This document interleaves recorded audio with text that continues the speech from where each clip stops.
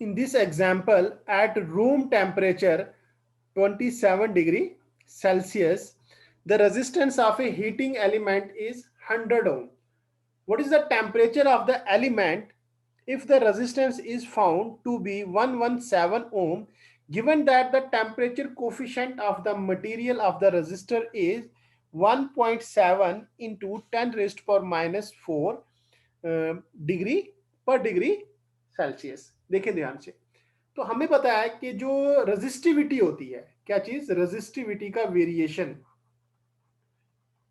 Resistivity का variation with temperature के साथ, विद टेम्परेचर, ठीक है, टेम्परेचर की वेरिएशन के साथ रेजिस्टिविटी। हमें पता है जब हम टेम्परेचर इंक्रीज कराते हैं करते हैं तो किसी भी कंडक्टर की जो रेजिस्टिविटी है वो इंक्रीज होती है और कंडक्टिविटी डिक्रीज होती है, क्योंकि एक्चुअल में जो टेम्परेचर का मतलब होता है वो मतलब होता है वाइब्रेशंस।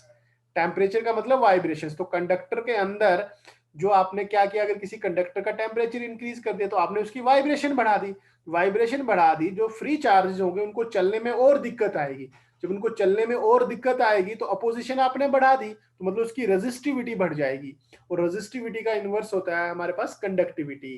तो उसकी कंडक्टिविटी डिक्रीज हो जाती है अगर आप लोग टेम्परेचर को बढ़ाते हो।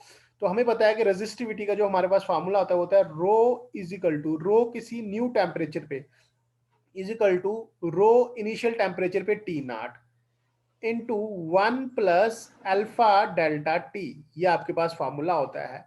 यहाँ पे ये जो अल्फा होता है इसको हम बोलते हैं टेम्परेचर कोफिशिएंट, टेम्परेचर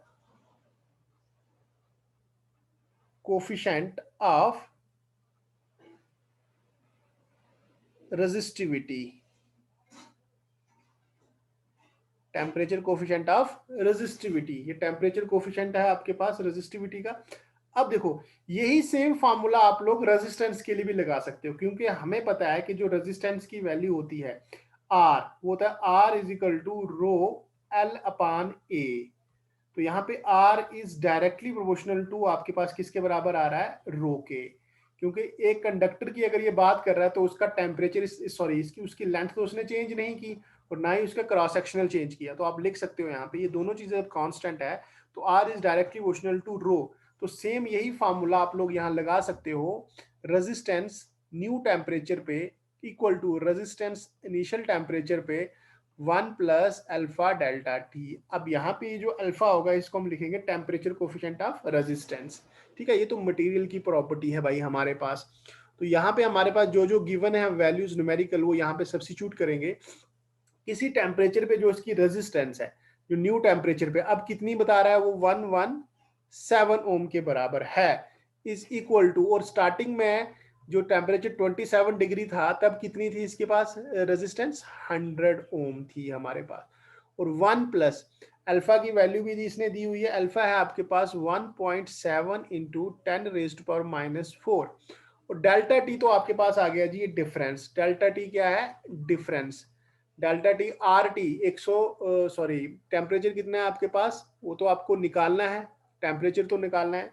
तो मतलब डेल्टा टी हमारे पास देखो, डेल्टा टी होता है जो न्यू टेम्परेचर, यहाँ में लिखा T minus initial temperature T not, उसके बराबर होता है हमारे पास यहाँ पे डेल्टा टी। तो यहाँ पे मैं लिखूंगा डेल्टा टी की वैल्यू। तो अगर आप लोग यहाँ ध्यान दो तो इसको मैं अगर इस तरह से लिखूं, जैसे लिख सकता हूँ delta T is equal to 117 minus, क्योंकि इसको जब मल्टीप्लाई करोगे तो 100 हो जाएगा और इसके साथ 100 इसके साथ ही मल्टीप्लाई होगा, फिर इस 100 को अगर मैं इधर ले आऊंगा तो 117 माइनस 100 डिवाइडेड बाई ये डेल्टा के साथ जो मल्टीप्लाई में है ये कितना होगा आपके पास, देखो ये 100 के साथ, ये जब इसको 100 को मल्टीप्लाई करोगे एक तो 100 इधर ले आए आप, दूसरा इसके साथ होगा, हो जाएगा आपके पास 100 multiplied by 1.7 into 10 raise to power minus 4। ये आपके पास आ गया बच्चे। तो अगर देखो यहाँ पे आप लोग 100, देखो ये 2 जीरो इसके साथ अगर मैं कट करूंगा तो 10 रेज पावर माइनस 2 आ जाएगा आपके पास। तो यहाँ ऊपर तो 117 में से 117 में से आप 100 निकालोगे तो बच्चे ऊपर बचेगा 17 divided by 1.7 into 10 raise to power minus 2 रह जाएगा आपके पास। अब ये पॉइंट है, अगर इस पॉइंट को हटा दूं मैं यहाँ और ऊपर आपके पास कितना आ जाएगा, देखो ध्यान से, और डेल्टा टी की वैल्यू जो हमारे पास आ रही है वो आ रही है 17, और इसको लिख सकता हूँ मैं 17, ऊपर लिख दूंगा 10, क्योंकि इस पॉइंट को हटाया, ऊपर ले गया 10, और नीचे है आपके पास 10 रेज़ टू पावर -2, तो इसको ऊपर ले जाऊंगा तो 10 रेज़ टू पावर +2 हो जाएगी। ये 17 और ये 17 कट गया, तो डेल्टा टी की वैल्यू आपके पास आ रही है 1000। कितना आ रहा है ये?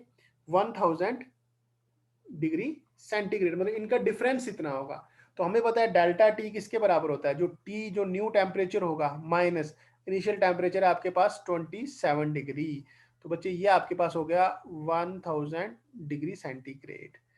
इसके बराबर तो और टी की वैल्यू आपके पास आ गई, इसमें ये प्लस कर दीजिए, उधर चले जाएगा तो प्लस हो जाएगा, तो 1027 डिग्री सेंटीग्रेड ये आपका आंसर हो गया। देखो आपने टेम्परेचर, क्योंकि इसकी रेजिस्टेंस बढ़ गई, पहले 100 थी अब हो गई है 117 हो गई है। 117 हो गई क्योंकि with the increase of temperature resistance क्या हो जाएगी, रेजिस्टिविटी बढ़ेगी तो रेजिस्टेंस भी बढ़ेगी।